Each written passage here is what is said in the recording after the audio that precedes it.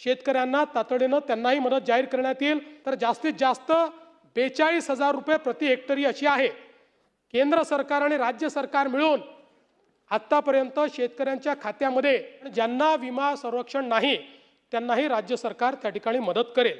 पण धानाला बोनस देण्याचा निर्णय हा राज्य सरकारने एकूण 198 महसूल मंडळ अधिसूचित करण्यात आली असून 7,880.19 हेक्टर क्षेत्राचा 15,769 शेतकऱ्यांनी फळ पीक विमा योजनेत सहभाग घेऊन पीक विमा उतरवलेला आहे। काजू पिकासाठी सद्यस्थितीत फळपीक विमा योजनेअंतर्गत नुकसानीचे कमी तापमान हा ट्रिगर हिट झाला असून त्यासाठी कोकणातील साधारण 198 पैकी 150 महसूल मंडळात नुकसान भरपाई देय झाली आहे। ही नुकसान भरपाई कमी तापमानासाठी कमीत कमी 16,800 तर जास्तीत जास्त 42,000 रुपये प्रति हेक्टरी अशी आहे। काजू पिकासाठी विमा संरक्षित रक्कम रुपये 1,60,000 प्रति हेक्टरी आहे। काजू पिकाचा विमा संरक्षण कालावधी 28 फेब्रुवारी 2026 अखेर संपला आहे। याशिवाय कोकणातील आंबा व काजू पिकाच्या नुकसानीपोटी फळ पीक विमा न उतरवलेल्या परंतु ज्या शेतकऱ्यांचं नुकसान झालेलं आहे त्यांना देखील आर्थिक मदत देण्याची शासनाची भूमिका असून त्या संदर्भात शासनाने तातडीने पंचनामे करून नुकसानीचा आढावा घेण्याचे निर्देश दिलेले आहेत। नुकसानीचा नेमका तपशील समोर आल्यानंतर शेतकऱ्यांना तातडीने त्यांनाही मदत जाहीर करण्यात येईल। मागच्या वेळी अशी मदत आपण 15,000 रुपये केली होती, पण यावेळी ती किमान 22,000 रुपये करण्याचा आमचा मानस आहे। त्यामुळे आपल्याला माहिती आहे की हेक्टरीचं ज्यांनी विमा काढला त्यांना 42,000 रुपये मिळते, यांना ती 22,000 मिळेल।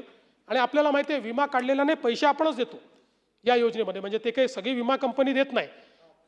त्यामुळे या संदर्भात ज्या शेतकऱ्यांना मोठ्या प्रमाणात चांगल्या की शेतकऱ्यांनी विमा काढला आहे त्यांना ती मदत मिळेलच, कारण तो ट्रिगर हिट झाला आहे। त्या संदर्भात आपण कारवाई सुरू केली आहे। पण ज्यांना विमा संरक्षण नाही त्यांनाही राज्य सरकार त्या ठिकाणी मदत करेल। माननीय सुधीर भाऊ हे सातत्याने धानाच्या बोनसच्या संदर्भात त्या ठिकाणी आग्रही आहेत। सुधीर भाऊ, मी आपल्याला एवढं सांगतो, तत्वतः धानाला बोनस द्यायला आमची मान्यता आहे। फक्त या वर्षीची सगळी परिस्थिती जी आहे त्याचं आकलन आम्ही करतो, कारण नाही धानालाही देऊ, ते अडचणीत ऑलरेडी गेले आहेत, त्यांचं नुकसान झालेलं आहे। पण धानालाही बोनस देण्यात येईल। त्याचा जो क्वांटम आहे आणि जी पद्धती आहे या संदर्भात लवकरच आम्ही निर्णय घेऊन पण धानाला बोनस देण्याचा निर्णय हा राज्य सरकारने निश्चितपणे या ठिकाणी घेतलेला आहे। नमो शेतकरी महासन्मान योजना आपण सुरू केली। केंद्र सरकारचे 6,000 आणि त्यासोबत राज्य सरकारचे 6,000 आज त्याचा आपण हप्ता हा शेतकऱ्यांच्या खात्यामध्ये जमा केलेला आहे। माननीय उपमुख्यमंत्री शिंदेसाहेब, माननीय उपमुख्यमंत्री सुनेत्राताई, कृषी मंत्री, कृषी राज्यमंत्री यांच्या उपस्थितीमध्ये 90 लाख शेतकऱ्यांच्या खात्यामध्ये त्या ठिकाणी 1,800 कोटी रुपये हे आपण जमा केलेले आहेत।